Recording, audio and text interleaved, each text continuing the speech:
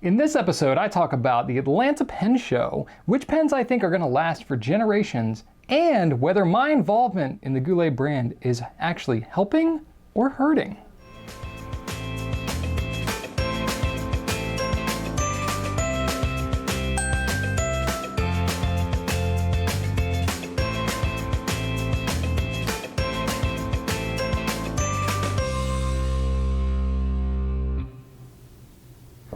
Hey, what's up everybody? Brian Goulet here of gouletpens.com, and it is episode number 120. Fun little fact, 120 is the bus number that I rode as a kid, at least for the majority of my time on the bus. So I don't know why that is relevant, but just 120 is always a number that I've always kind of stuck in my mind. Some notable things that have been going on. The Lamy Dark Lilac has started to appear in various places, and we have ours literally in transit to us right now, but it's been a really frustrating situation because we placed a very large order. We're getting a very large quantity of pens because we have a lot of you that really want the pens. However, because it's such a large order, they shipped it by freight, which takes longer. It's hitting over a weekend. It's kind of like a perfect storm of bad things that have happened that are causing it to arrive now on Monday instead of like Thursday that we thought it was going to. So as it is right at this moment anyway, it is set to arrive on Monday the 25th instead of Thursday. So I'm really sorry about that. I know you guys are like dying to get these pens and we are going crazy trying to do them. We actually had to rearrange way more than you think. We had an offsite leadership meeting that we had planned to do in Raleigh and we canceled it in order for this release because of the timing and everything. It's been a really frustrating situation for everybody involved, but I know it's going to be a big deal and we want to make sure that we as an entire company are as prepared as possible for this release. There's also a fly flying around in my office right now.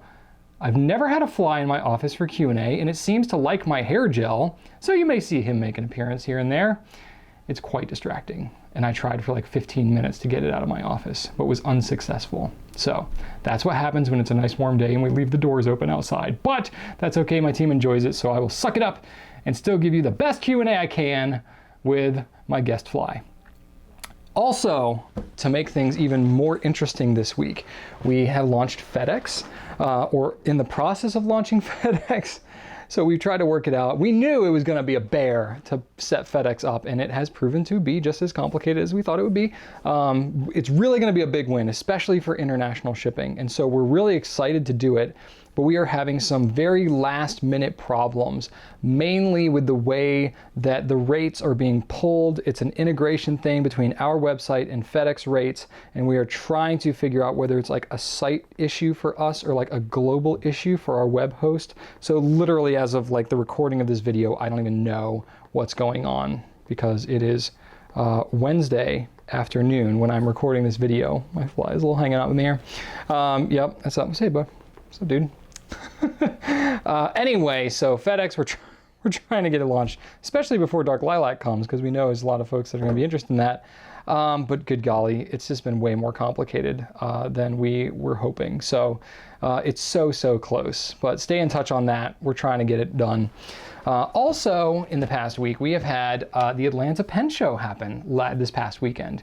It was very exciting. I did not end up live streaming and periscoping as much as I thought I would, mainly because I wanted to get my attention to the people that were there at the show. These are people that literally like flew from around the country and around the world, and sticking a camera in their face just didn't feel appropriate at the moment. Plus the sound was really muffled and there was a connectivity issue and stuff like that. So I chose not to stream as much, but we did get lots of good footage. We interviewed Dan Bishop of Karis Customs, Anna Reinert, of Well Appointed Desk. Sorry, Anna. Interviewed Brad Dowdy and Jeff Brookwicki of Knock on location, and then also interviewed Mike Hurley of Relay FM / Pen Addict. So lots of good interviews. Also got some good B-roll, so have a video that's going to be coming out relatively soon where Rachel and I recap our experience at the show.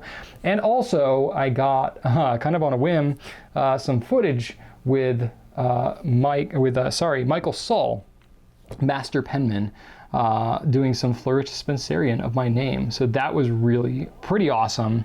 and he did some pretty cool stuff. I'll show you that when we get into the questions. I got some one-on-one time with Andy Lambro, who is a pen maker and has written some awesome stuff in terms of historical books about pen making and things like that. So that's pretty awesome. I'll show you that book in a minute. And then also got some one-on-one time with Mike Masayama, nib grinder and nib meister.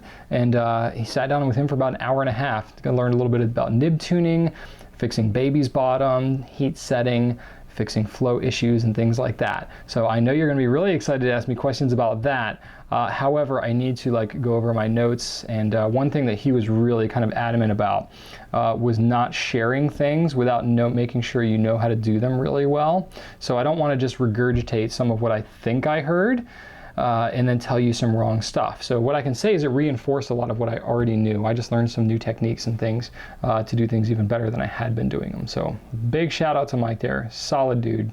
Really nice guy, and was very generous with his time with me there. So that was pretty awesome. Also got to stop by the Southeastern Planer Con, which was really fascinating because there are people out there who are as much or more enthusiastic about their planners as fountain people are about their fountain pens. So it was really interesting. I happened to be in the same city, same weekend as the pen show. It was about 15, maybe, well, it was about 20 minutes away. So we were able to stop by on Saturday and go and check that out. So it was really pretty interesting. Got to spend some good time with Miss Vicky B, and as well as Kara Benz and some other really notable planner people in the planner world, and get a good kind of read on the whole planner world and how Goulet might best be able to serve them with things like the Midori Traveler's Notebook and Filofax, which are going to be launching here in July. So it was nice to be able to get to dip our toe into that pool a little bit, and then we jumped back to the pen show and kept at it with the fountain pen folks. So we were really busy all weekend. Got to meet a lot of really incredible people. That was really awesome, and we'll have a video coming out about that pretty soon. We also have a couple of things coming aside from the Dark Lilac, which everybody's waiting for. We're getting a bunch of Dark Lilac ink as well. We're going to have the Dolcevita Masterpiece coming out pretty soon. It's the newest version of Delta's Dolcevita, and it's a really nice looking orange and black pen. We're going to have an exclusive on the gold trim version of it here in next week. So that's going to be coming. And then we're also going to have the TWSBI Eco in clear, which you've been excited about. Those, I believe, are set to arrive on Monday, along with all the Dark Lilac and everything else. So that should be fun if everything goes to plan there. So, you know, we'll be a little bit busy next week. So with Dark Lilac coming and FedEx and all that kind of stuff, it's going to be a little bit of insanity for us here. So we might be a little bit behind schedule from normal of what we would be with Goulet, but we're going to be working our tails off to try to ship out these Dark Lilacs as quick as possible. That said, let's go ahead and get into the questions this week. So let's start out with pen and writing questions, and I will say that that is the vast majority of questions this week, but that's okay. It's just how it goes sometimes. Alt Haven on Twitter asked, what pens did Brian Goulet purchase for himself at the Atlanta Pen Show? So I put that one first because I just finished talking to you about the show, and I will say I didn't purchase that many pens. I have a lot of pens. I really don't need to go and buy a lot of pens at a pen show. I mainly go so that I can network, hang out with people, and pick up some other things that I can't normally get. So I did make a couple connections. Rachel actually made a connection with a company called Diplomat. Diplomat is a German pen brand. They make everything in Germany, and they have been distributing in the US not very long in the grand scheme of things. So we were checking out some of their pens, seeing about possibly becoming a retailer of theirs. So I'd love a little bit of research here or feedback on it. So here is one of their pens. It is called the Soft Touch Magnum Soft Touch Blue. That is what this is. I believe this is called the Diplomat Magnum. I need to do my homework on it. I literally have not even had time to like mess around with any of this stuff because as of the recording of this video, I've been back in town for like 2 days. So also got a Diplomat Traveler Lapis. So this is a little bit more expensive pen, metal pen. These are all German. They use Jowo nibs. There's a relatively thin pen here. Stainless steel nibs, very light. very kind of sleek. They have some interesting colors. So this pen I think is more like pushing the $100 range. So it's a little bit on the higher price range, more in line with like the Lamy Studio and stuff like that. I'm not gonna say it's like out of this world, but it's a little on the expensive side, so I'm a little hesitant. It comes in a pretty nice metal case though. This other one I think was like somewhere in the $25 range, something. This one seems like it's got some promise. It's got a little ink window on it too. And then their higher end one, which actually Matt Armstrong has reviewed Pen Habit. This one is called the the Executive. It just says Exec A. This one comes in a nice little metal sleeve there, and really kind of a cool green, like a nice olive green. It's a little heavier pen, number 6 size nib, so I know that's going to write well because I've a little experience with number 6 Yovos. Posts well. It's a little bit heavier pen, definitely more of kind of like a businessy looking pen, I guess. But this one is more in like the 175 range, I think. It's a little on the pricey end for a steel nib, but it's really solid pen. So, you know, it's not like a surefire bet that Diplomat is going to be the best. But they've been made since 1922, and I'm curious to know if you have had any feedback about Diplomat, or have ever used them or heard about them, or don't know anything about them, or think they look stupid, or think they look amazing. I would love to hear, because I'm in the info gathering stage right now. This is how we do things. When we're interested in something, we buy several of them, and we think about it, and play with them, and get feedback before we decide to just, oh sure, we'll carry it and see if it sells. So we'll see. So that's Diplomat. So that was kind of cool. Also linked up with Andy Lambrow, which I already mentioned. He is a really interesting guy, knows a ton about pens, pen making especially, has all kinds of custom pens, very expensive, very amazingly well-made pens. And he has a book called Fountain Pens of Japan, which is expensive and large and beautiful, and also limited edition. So I think he has regular editions, but I bought a limited edition one. So he numbered it and signed it.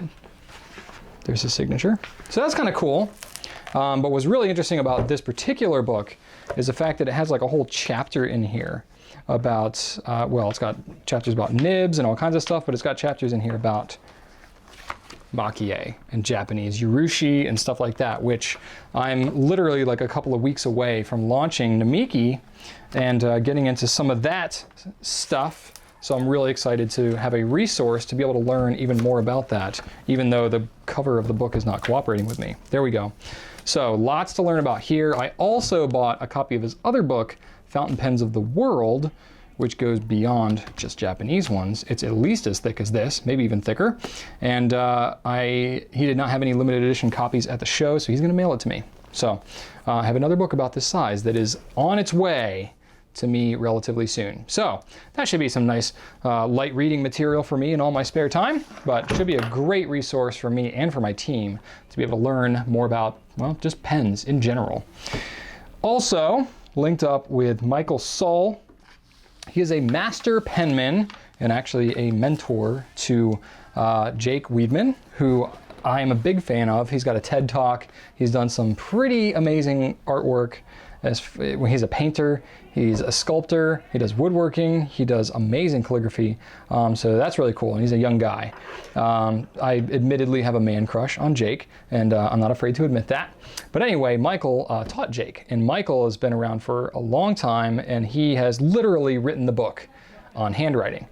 Several of them actually, and I bought all of the things that he had. He had a couple of DVDs, so he has one on learning to write Spencerian script, and then one on offhand flourishing techniques for ornamental penmanship. So that's the flourishing is like doing all the, you know, doodles and squiggles and birds and things like that. Really amazing stuff. To see him work was kind of mind-blowing. And he was cool with me recording on my phone as he did my name in flourished Spencerian script, and I have that here. The guy literally spent 22 minutes drafting up this beaut. I will zoom in so you can see all the full detail. He did this by hand in front of me at the show. I think he might have been hamming it up just a little bit, showing off his stuff because I was recording, and he knew who I was, so he knew I would be showing it off. But pretty mind-blowing stuff. So I'll just let you take that in for a minute. But really, really nice guy. Really knows a lot about handwriting and Spencerian script especially. But got to get some pointers from him, and then I literally bought some things from him, like this wooden oblique nib holder that he turned himself, which I thought was pretty awesome because I started out making wooden pens and Goulet pens back in the day, so I thought that was pretty cool to have something handmade by this master penman. And I've also been able to try my hand at doing some calligraphy stuff, which I am not great at, but that's okay because everybody's got to start somewhere, right? He's got a couple other books, Learning to Write Spencerian Script. So it's kind of like a short little light read. I'm joking. It's some really detailed stuff with some good things about how to practice. If you want to learn Spencerian, this is the guy to learn it from. He also has a nice small book about American cursive handwriting. So it talks all about the history and everything. And he was explaining to me like how Spencerian came about and then the Palmer method and why that came about and what that did to American handwriting and how it essentially killed ornamental penmanship as a career. And then he has this Spencerian script practice set that I got, which is 3-hole punched and made for a binder that has all these different exercises and things that you can do. So, yes, as if I have like lots of spare time to do all this stuff, right? But I bought it because I wanted to support the man, and I thought these were great resources, and I just felt like I needed to know some of this. So, pretty cool stuff. I am going to take the next like 20 years of my life to try to absorb some of this. But either way, now I have those as resources. So I like to learn things when I go to pen shows. So that was really cool to get all these resources. That's all I bought. I did not buy any kind of crazy pens or anything like that. Though I will say I'm super jealous of Mike Hurley. He got a new old stock Pilot M90 with a medium nib that has a blue gem in the top of it. And I'm like, you know, Mike, blue is my color. But he got a good deal on that pen, so props to him. I'm now jealous of him for that. So, good sport, Mike. But anyway, that's it. That's all I did at the show. In addition to everything else, that's all I bought at the show, I should say. So, pretty successful show in terms of what I was actually looking for. And yeah, that's pretty much it. Next question. This is from Yoo-Jin Baik on YouTube. Hope I pronounced that right. Sorry if I didn't. One of the things that I really like about your site is the refine tool that lets me easily narrow my search. You're talking about the filters on the side there. Faceted search, as it's called in the biz. But one thing I notice is that you guys don't really have a transparent or translucent pen body choice in the refine menu. Correct me if I'm wrong. You are not wrong. Many of my pens are demonstrators and I really love them, but sometimes it's hard to catalog them. I know you guys have a clear option, which we do, but that does not include demonstrators with a tinted body. Have you ever thought about adding this option to your site? So essentially you're talking not about pens that are clear, such as the TWSBI Diamond 580, but you're talking about pens that are translucent or maybe have clear components to them, but are not what you would consider to be clear, such as, I wish I had grabbed a pen that had that readily as an example, but I don't really have anything handy. Sorry, forgive me. Hang tight. It's coming. All right, good example. So like the Pilot Custom 74 Smoke. It's translucent. You can see your ink through it. For all intents and purposes, it is a demonstrator pen, but it's not a clear demonstrator. It's just translucent instead of transparent. So what do you do with a pen like this? Do you consider it black? Do you consider it clear? Because it's really kind of both. It's challenging. So for me, I'm open to the idea. And actually, when I told it to Rachel, she was like, never thought about that. That's kind of interesting. So we are intrigued by that. And I think it's something we can technically do. We can just add a facet, and then we have to go through and mark every pen that has that. But the thing is, like, I don't know how we would annotate that, first of all, because everything that we have, it's like these little color swatches, right? And then it says what it is. So I don't know how we would notate translucent exactly. Maybe if it was like white and gray or had a slash through or something. I don't know, we can figure something out there. But the challenge I have is when you have a pen that is mostly opaque, but is kind of translucent. Like, where do you draw the line? That's the toughest thing I can think of, because you have some pens where, you know, like the water lily, for example, that I have right here, that I actually have setting aside for a later question. It's not a demonstrator, right? It's not, but you can see through it. You can see the nib inside the cap. You can see the converter inside, especially if you hold it up to the light. It's like maybe 90% opaque and 10% opacity. Does that qualify under that? You know, it's like, where do I draw the line? That would be the hardest part for me, is determining what really has translucency. Maybe if it's translucent at all, if you hold it up to the light and you can see through it at all, maybe that qualifies. I don't know. This is where it gets really kind of sticky. So I'd be curious to know from you guys, if any of you in the comments you think that that would be helpful. If so, I'll give it a little further thought. If it's not and it gets really challenging, I'll probably just not do anything about it, but I am really intrigued by the idea. So it's something that is the reason that I like doing this Q&A, is because I get asked questions like these and then I get to get feedback. So I would appreciate any feedback you can give. Michael P. on Facebook says, this question went unanswered a few weeks ago, but I'll pose it again. Michael, I appreciate your persistence, and now you are reaping your rewards. What would explain line variation between my VAC 700, Diamond 580, and Eco? All three with the same ink. These are all TWSBIs we're talking about here. All three with the same ink on the same paper with extra fine nibs leave varied line width. Does the nib size have an effect because the VAC 700 with the number 6 writes significantly wider than the extra fine on the 580 and the Eco? Okay, so I have all three of these pens here. I'm going to uncap them all. And the thing that you'll notice when uncapping all three of these pens is that each nib is a slightly different shape and or size, even though they're all the same brand of pen. Okay, let me zoom in a little bit. Excuse me. Sorry you had to see that, / hear that. So you're looking at them all. VAC 700 here, biggest, number 6 size nib. TWSBI 580, number 5 nib. TWSBI Eco, number 4 nib. Even though the length of the nib looks similar, you can really see the difference in the width, especially the wings on that 580 nib really goes out. Not so much on the Eco. So these nibs are all different. Even though they're made by the same company, they use Jowo for their nibs, but it's all TWSBI and it's Jowo in Germany that makes their nibs. So why do they write differently? I mean, aside from the fact that these are all different nib sizes, but that doesn't matter. You have an extra fine on all of these. So the reason, there's a couple different things going on, okay? First off, every nib size, like every nib type can be a little bit different, okay? Because the machinery that they use to set it up and do the welding with the tip and all that kind of stuff, it can vary for a variety of reasons. I don't have full insights to every manufacturer, especially TWSBI, about how, well, Jowo, I should say, about how they do their tipping and all this kind of stuff. So I really genuinely don't know exactly why it's different one to the other. I just know that when they're manufacturing a different size nib, there are going to be different things involved in doing that.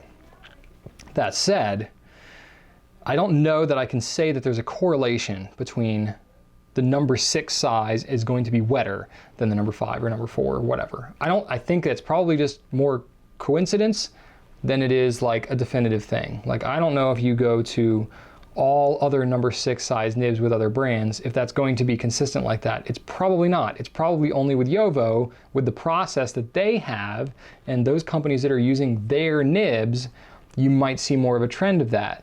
Now, not all companies even say where they get their nibs, so it gets really kind of confusing and hard to generalize and say, oh, an extra fine on a larger nib like a VAC 700 is going to write wetter or going to write broader than an extra fine on a smaller nib. I don't think you can really definitively say that unless you've compared directly pen to pen. Now, the best thing to do, if it's a pen that we carry, is go to the nib nook. I was trying to think of the name of the tool. The nib nook, because that, I've actually done writing samples with every single nib of every single pen that we carry. So you can see writing samples for yourself with as much consistency as possible. I mean, I'm a fairly inconsistent person sometimes, but you can see what the writing sample is like there. So there you can actually see like, oh, this size nib is a little broader than that one, even though it's the same nib size. Nib sizes, I've said it before and I'll say it again, it's kind of like women's dress sizes. Like the number, or in this case, the letter designation, it's really an approximation. It's not a scientifically standardized thing. It's not like an extra fine is always going to be 0.38 millimeters in width. No, it's not really the case. An extra fine from one company could be vastly different from another, or an extra fine from one company could be vastly different on one pen model from another one because it uses different nibs. And that's kind of what you have going on here. It's not vastly different, but it's slightly different between these three pens. So that's why I supply the Nib Nook, so you can compare all these things. That's why it's helpful to read reviews and do all these other things so you can get comparisons and you can see kind of what's actually going on. That said, I will say that there's probably has something to do with the fact that it's an extra fine nib that you're comparing to. So to further complicate things, the fact that you have an extra fine, think about it, it's a very small tip, right? So there's not a lot of tipping material. When there's a tip size that's that small, generally it requires more handwork and more honing by hand just because it's such a small end of the tip. Most of the machines that are working to hone this kind of stuff don't really do that great a job when it's that fine. So it requires handwork. So when you have handwork, you have inconsistency. That's just how it is. We are humans, we are not robots. So when you're dealing with, I've seen this with Lamy, I've seen this with other brands, the finer the nib gets, the more inconsistency can happen sometimes, okay? Now, I haven't necessarily seen that as an issue for TWSBI, and I'll say that Jowo is like pretty consistent when it comes to their extra fines, but that could be a factor. It also could be more just that because you're writing with such a fine nib width, that any variance that you're gonna see is gonna be magnified. You know, if you think about it in terms of proportions, right? If you have a nib that is only 0.3 millimeters in width and you have a 0.1 millimeter variance, that's like a 33% variance, right? Like that's a pretty big deal. Whereas if you have a really broad nib that's say 1 millimeter in width, or like a stub or something like that, and you have a 0.1 millimeter variance, it's only 10%. It's not as noticeable. So just the fact that you're using a very, very fine nib means that you're going to notice variation a little bit more than you would on a broader nib. So I think that might be part of it as well. That said, I haven't seen a lot of this kind of feedback before, so I don't think it's like a super, you know, widespread kind of glaring issue, but it is just something interesting to point out. And then on top of it all, it's not only the nib, but it's also the feed and the physics of the pen based on how the feed, the air channels, all that comes into play in terms of ink flow. Because you can have a nib width, but have a wetter writing pen, it's going to write a broader line than it would if it was a drier pen. So there's that involved in everything as well. So you got a lot of factors going on here. I think it's more just coincidence that it happens to work out this way. But, you know, it's probably something worth pointing out that if you get at least these particular pens, you could possibly expect something like what you're experiencing. All right, Stacey W on Facebook asked, need some help. Love the new Water Lily Edison, but have never owned an Edison pen. I like a smooth nib. Which one should I choose? Can you describe the Edison nibs a little bit? Thanks. Okay, well, Edison uses nibs made by Jowo in Germany. I have some first-hand experience with the number 6 Jowo nibs because they also make the Goulet number 6 nibs. So, love these nibs. I think they're fantastic. And in fact, when I was sitting down with Mike Masuyama, we got to talking about different nibs and Baik and Jowo and things like that.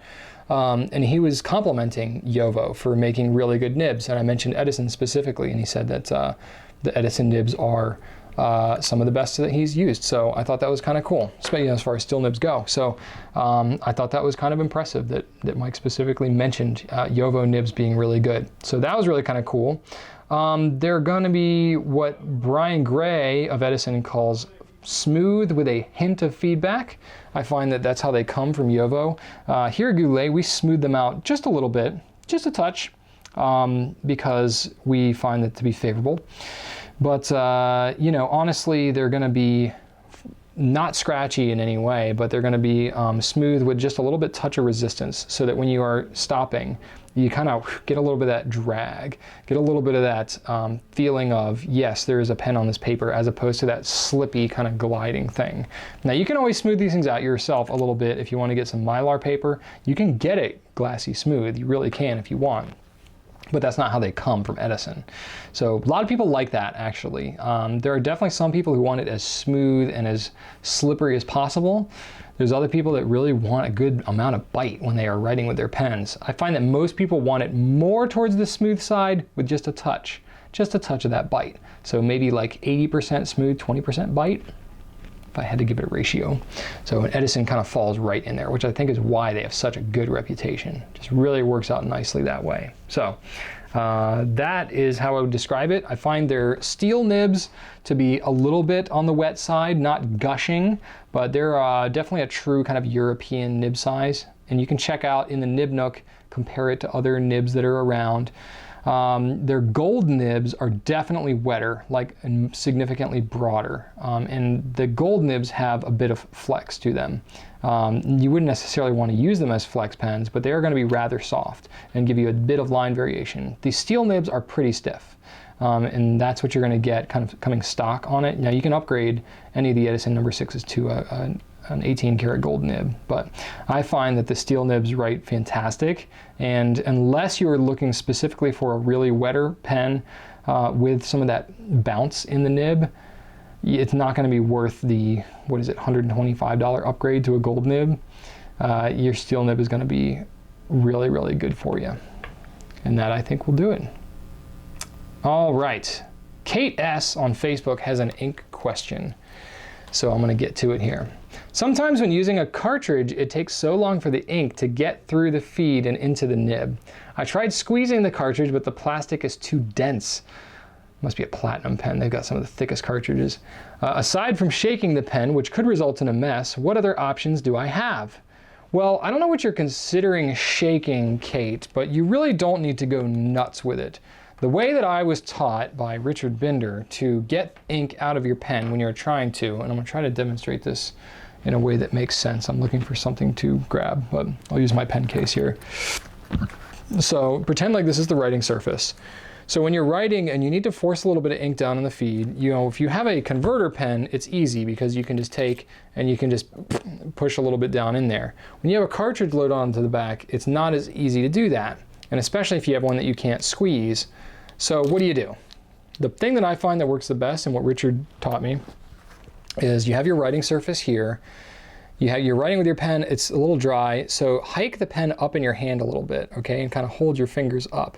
And then you take and you hit the ball of your heel, the ball of your hand right there, and you hit it just like that.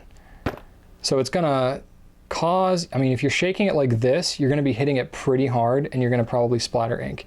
You still might do it a little bit this way, but it just gives you a little more control when you're doing it. And you can try it a few times and then you can write and see if it does it. You know, if you flick a little bit of ink down onto the paper, that you've done it enough and you can keep going. But I find that half the time I don't even need to go to that extreme. I don't have to actually flick ink onto the paper. I can just pound it a couple of times and that'll help to get it going. So that would be my first thing, because it's super easy to do as long as you're like in a place where banging on the table is not going to be weird. You know, you're going to be like Kramer, like the yep, you know, that kind of thing. Sorry, that was loud, but nice little Seinfeld reference there. So you're going to be hitting on the table like that. That's one way to do it. You don't want to shake it in terms of like flicking it like this. That's going to cause ink to go everywhere. You don't want to go like this. I think that's what most people do, is they tend to treat it like it's an old school Polaroid and they just kind of flop it around, which you're not supposed to do that either, because it'll make the picture blurry. It doesn't actually help it to get exposure anymore. So you just, you know, if you do it, just do little light flicks like this. You don't want to like hold on the end and go whack, whack, whack, because that's going to cause ink to just go nuts. And that's what I think what you're saying you don't want to do.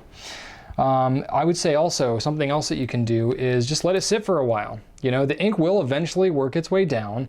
It's going to take its time, you know, maybe 30 seconds, maybe a couple of minutes, depends on the feed design and the type of ink and all these sorts of things.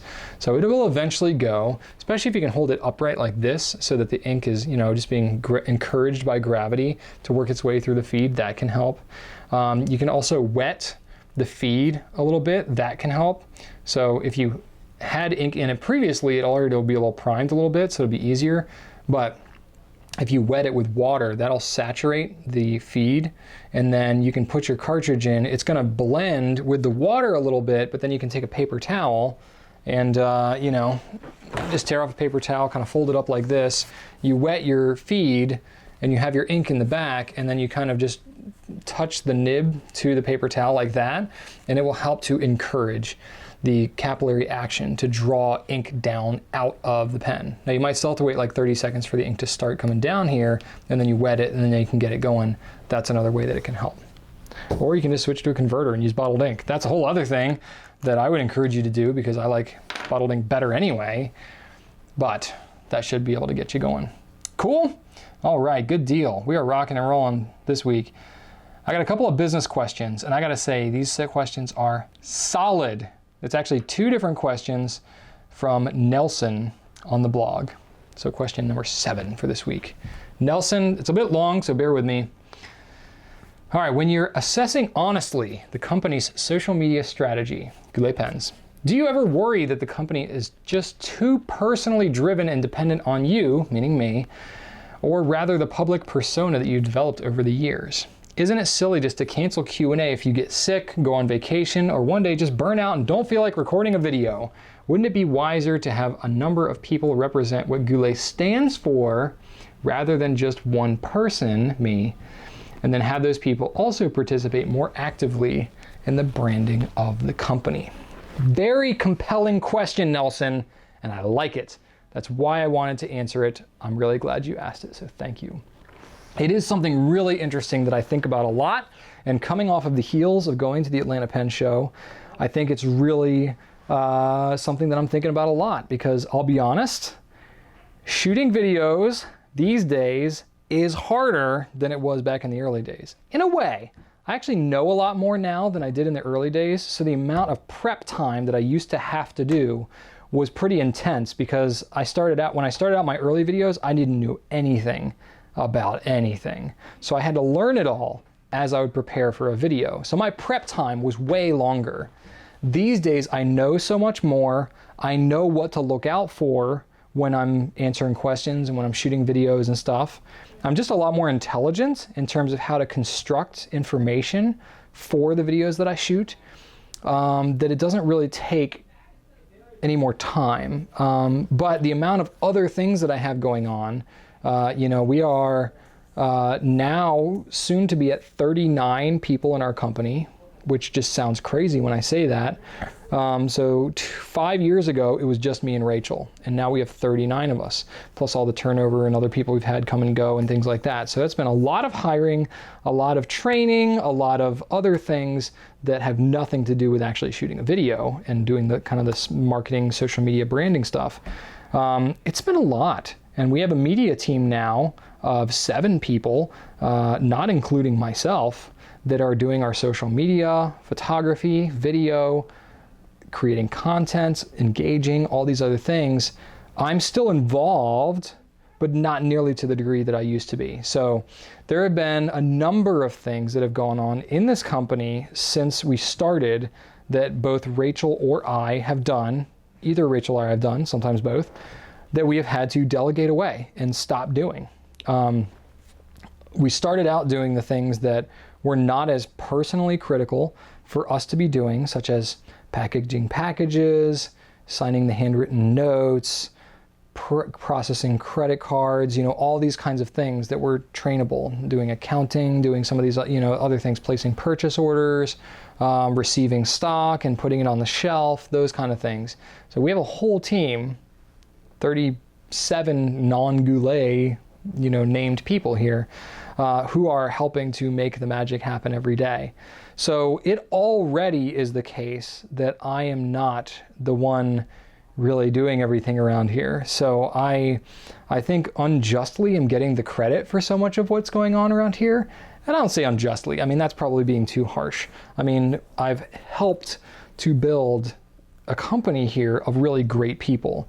And those really great people are essentially carrying on what I'd originally set out to do, which was provide comprehensive education, exemplary service in products we believe in, which is in our mission statement. So those kind of things, now my role is more about kind of preaching that message, encouraging our team, being a support for our team who's actually doing the work every day. Me, I just get to sit here and kind of talk about it to you. So I represent now more of what our whole company is than it's just me, Brian Goulet, sitting here talking. So I think it's interesting what you say here about like this whole public persona thing.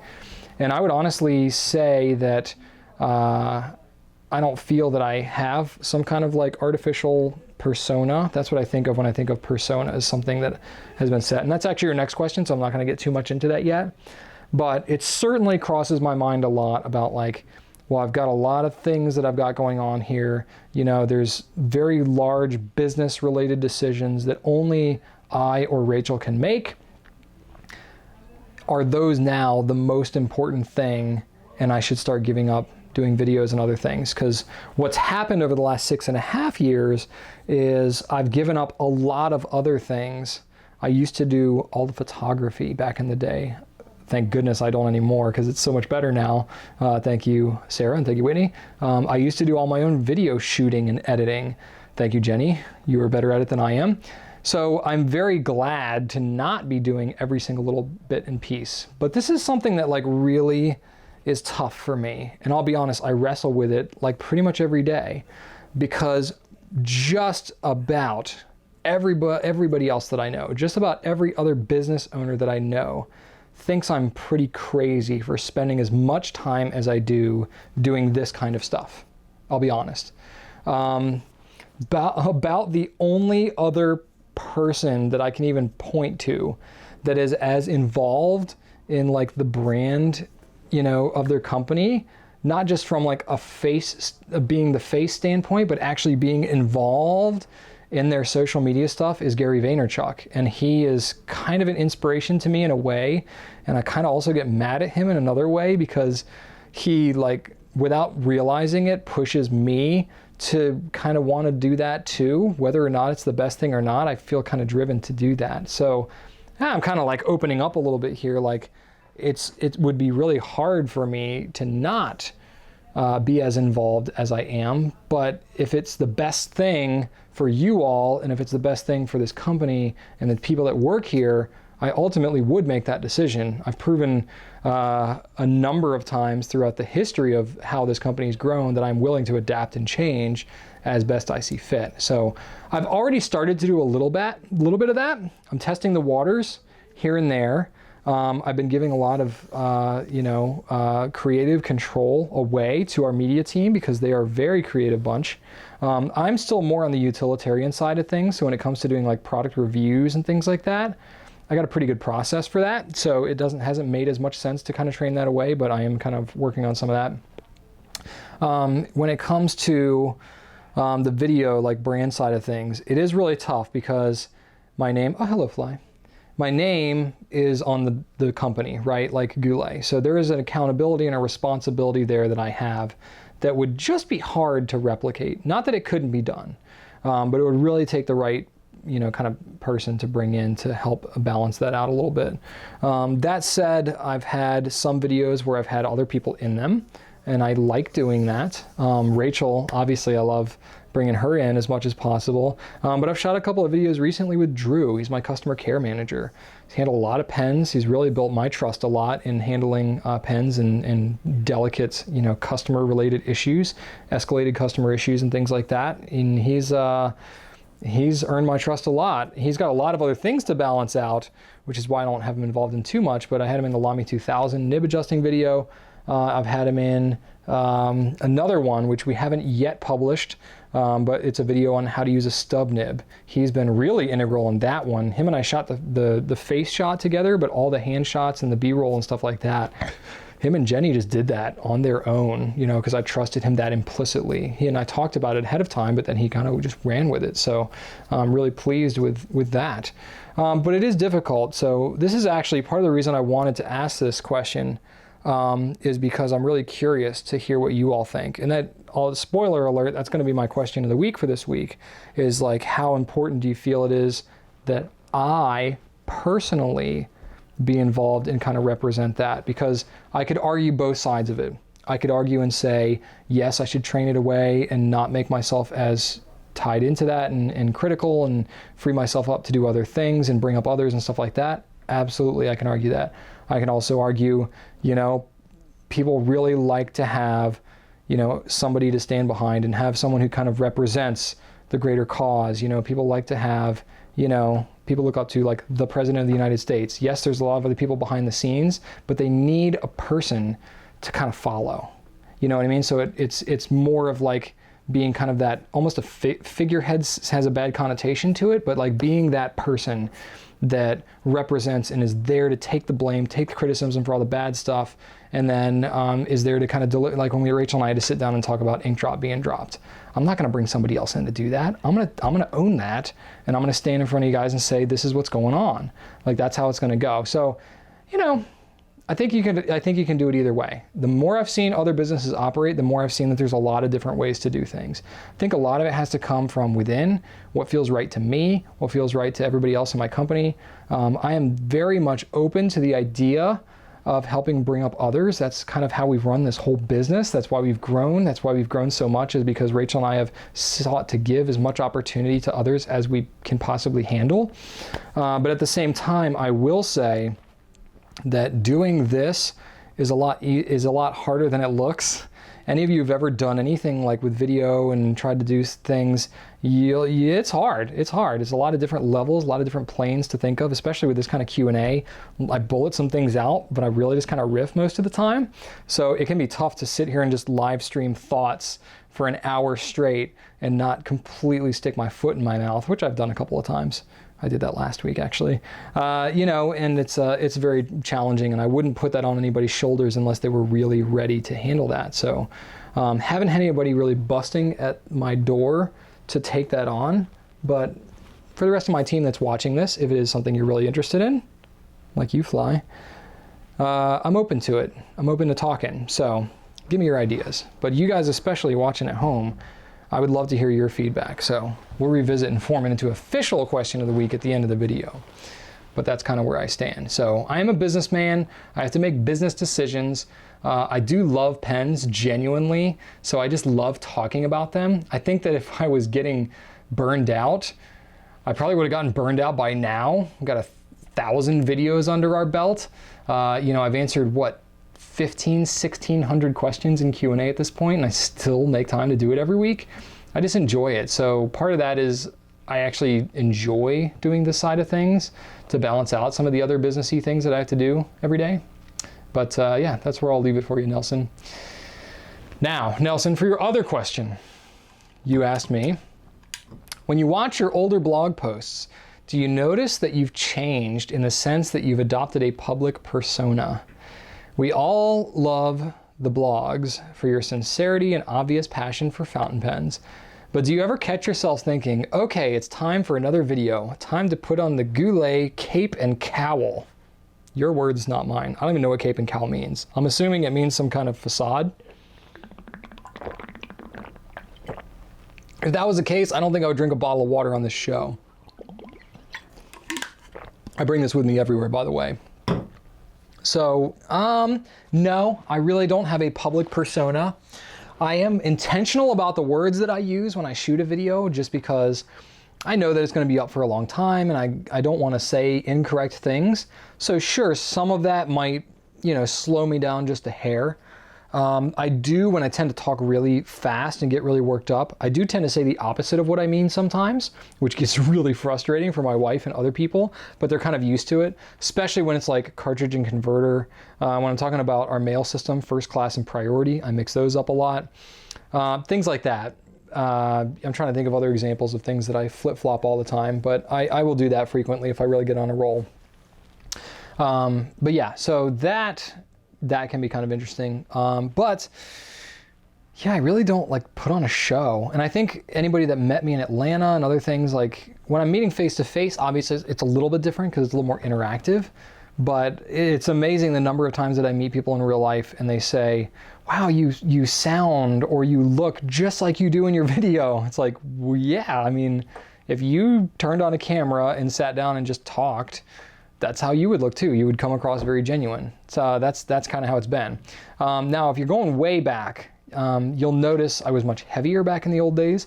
I was not as confident necessarily in what I was saying, so I may have been more prepared in certain ways, or honestly, sometimes when it comes down to like doing paper reviews and stuff like that. I haven't done a lot of paper reviews recently. Don't know if you noticed, but I used to like study paper for 8 hours and then record a video on it. So I just knew everything about that paper, but there were only 200 products that we carried at that time, if that. And so I knew the paper inside and out. These days, I'm like, what ruling does that specific notebook size have again? I need to go check the website. Like, we have 3,600 products now. I can't tell you the line ruling off the top of my head for every single notebook we carry. A lot of them I can, but not necessarily. So when it comes to that stuff, I have to kind of, you know, not be as specific with some of those things anymore. But that's why I tend to, and I'm just a big picture thinker anyway, so I tend to pontificate a lot and speak really large. That tends to be one of the words I use if you hadn't noticed, pontificate. If you're playing a drinking game or something, you'll have to take another drink, pontificate. So yeah, I definitely I don't feel the need to put on a show. The times when I do, it's really obvious. Like some of the top 7 videos and things like that we've done, the top whatever, or the shading inks video, when I'm more acting and kind of just being really goofy, that's when I'm really putting on more of a persona. It's still not like a character that I have, but that I'm really kind of, we call it the ham and cheese. You know, it's because I ham it up and, you know, I'm acting really cheesy, so we call it ham and cheese. I literally, like, actually, I just shot some intros that we're going to use for soliciting Q&A questions on Twitter. So I busted out, like, the old trench coat from the Shading Inks video, and I had the Hawaiian shirt that I wore for a video in the past. I can't remember the title of it even, but, you know, so some of those kind of things, like, I'm very obviously hamming it up. So, yeah, those I'm going to be a little different, but those are not super often or consistent. You know, when I started shooting videos, I was 25 years old and did not have any children. I now have 2 kids. I have a business with almost 40 people in it. And I have just learned and grown a lot. So I think that a lot of the changes that you'll see different now from where I was 7 years ago, or 6.5, well, it's not quite 7 years ago that I was recording videos anyway. But yeah, I just wasn't the same person back then, really. So any changes that you'll see have not so much been me adopting a persona, it's just that me genuinely as a person, I've been adapting and growing and changing. So that's kind of about it. Yeah, I think that pretty much covers it. So the question of this week, I want to get back to not this persona question, but go back just a little bit. Do you feel that I am too tied in to the personal Goulet brand? Do you feel that Goulet is too tied into my own personality? So if I were to bring in others to record videos, you know, assuming the content still stays solid and everything, I know, you know, I've been around for a while and somebody else might not know quite what I know, but assuming that the content still stays solid, would you guys welcome having other people from the Goulet company doing this kind of stuff? I would be very curious to hear what you have to say. So that's all for this week. I hope you enjoyed this. I will say, I'll give one last minute kind of shout out here, sharing this will be a nice little Easter egg for all of you most loyal Goulet Q&A watchers. I was incredibly touched by a lady who I will choose to remain anonymous just for her own sake. She came up to me at the Atlanta show. I was just walking around the show, just kind of saying hi and looking at pens and stuff like that. She came up to me and she goes, "Oh, hi, you know, I just really want you to know my name is blah, blah, blah, blah. And I just want to let you know how much your videos mean to me." And, you know, that is really kind of a cool and not unusual thing for me to get at a pen show. And I said, "Oh, thank you so much. You know, it's really great to hear that." She goes, "No, I don't think you understand really how much your videos mean to me." So I was like, "Well, please tell me, like, what's going on? Who, you know, what do you do?" So, you know, what do you mean? So she was telling me that she is a biomedical engineer who works in Nigeria, in Africa. And she is stationed in war zones, and she helps to train up local doctors how to use CT scanners and MRIs and ultrasounds and these life-saving, pieces of equipment in some of the most dangerous places in the world, really. And she said that she's stationed there for 6 months at a time, and she stays in the US for maybe a month and then goes back. And she's been doing that for about 3 years. And she says that when she comes home, she downloads all of the Q&A and other video podcasts, and she'll go to a pen show if she can and get her supplies, and then she goes back to Africa. And she says that she's had to run for her life. She's been caught in crossfire. She's had, a lot of crazy things happen and seen a lot of death and destruction and things that are really really don't represent well what we have the opportunity to see every day, and the abundance that we have, especially here in the US. Just the opportunity and positivity and things. And she says that it's a very challenging place to work. And she says that literally the thing that keeps her centered and keeps her kind of in perspective is watching these very videos. So I was like, whoa, that's pretty intense. Like, I was like, whew, that's a lot, So she was like, I want you to know that you're doing what you do affects people more than you probably think. So I was like, woo, I'm even like getting kind of touched even just thinking about it. Yeah, fly, I know, right? So coming off of those questions of like, am I too tied into the brand? I will say there are some definite perks to that from my perspective of just like knowing how much of an effect it can have and carrying the weight of that and the responsibility of that. It's part of kind of how I'm wired.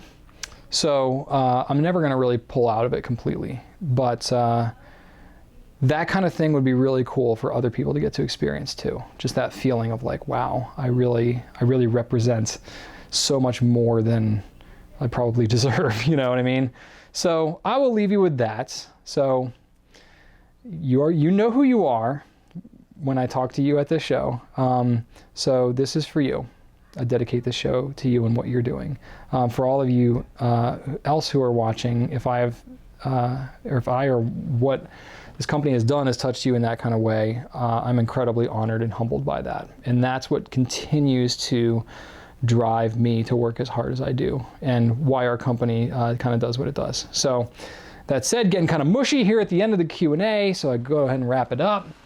But thank you all very much for watching. I really appreciate it.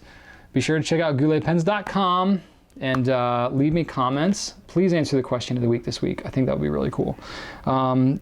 Subscribe to the YouTube channel if you haven't already. And I hope you enjoy the rest of your weekend. I hope you have a good week. I'll see you again next week. And right on.